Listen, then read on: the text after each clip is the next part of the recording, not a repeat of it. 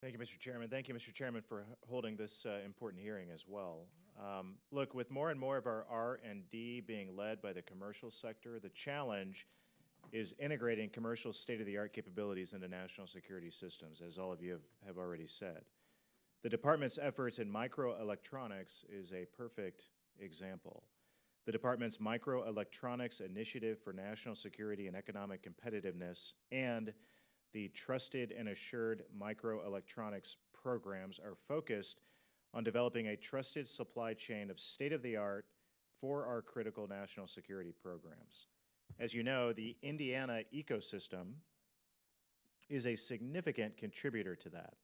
Our Naval Surface Warfare Center, Crane, and universities like Purdue, who Dr. Roper mentioned a little bit ago, Notre Dame, and Indiana University all support these efforts. So with that, Dr. Griffin, going forward, what do you see as the role of DoD in supporting development of technology areas with national, commercial, and economic impact like microelectronics and 5G?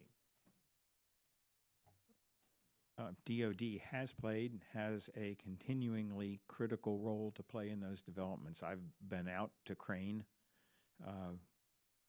within the last 10 or 11 months. I forget exactly what date.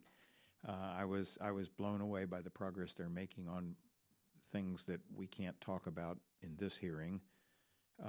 If you pursue that same line of questioning in the closed hearing of DARPA, I think they might offer you some exciting information.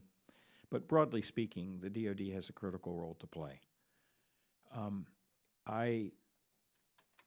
However, I do have to put on the table that the issue is broader than just trusted pieces of hardware. I'm going to be careful to restrict my comments to those of an unclassified nature, and so those who've heard me offer these examples before will be rolling their eyes and saying, there he goes again, but these are unclassified examples and they're relevant.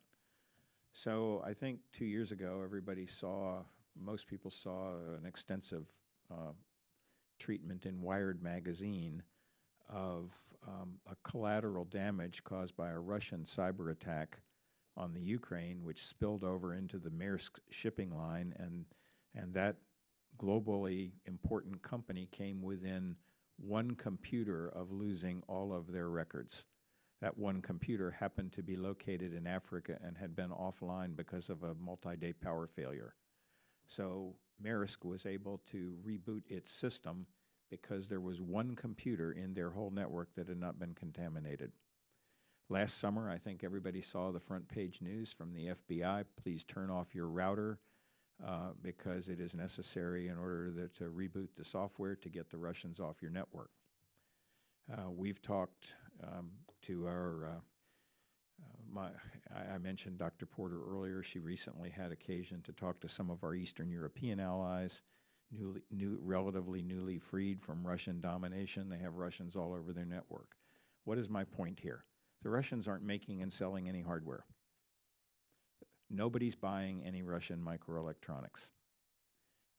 And they are still a network threat everywhere we look.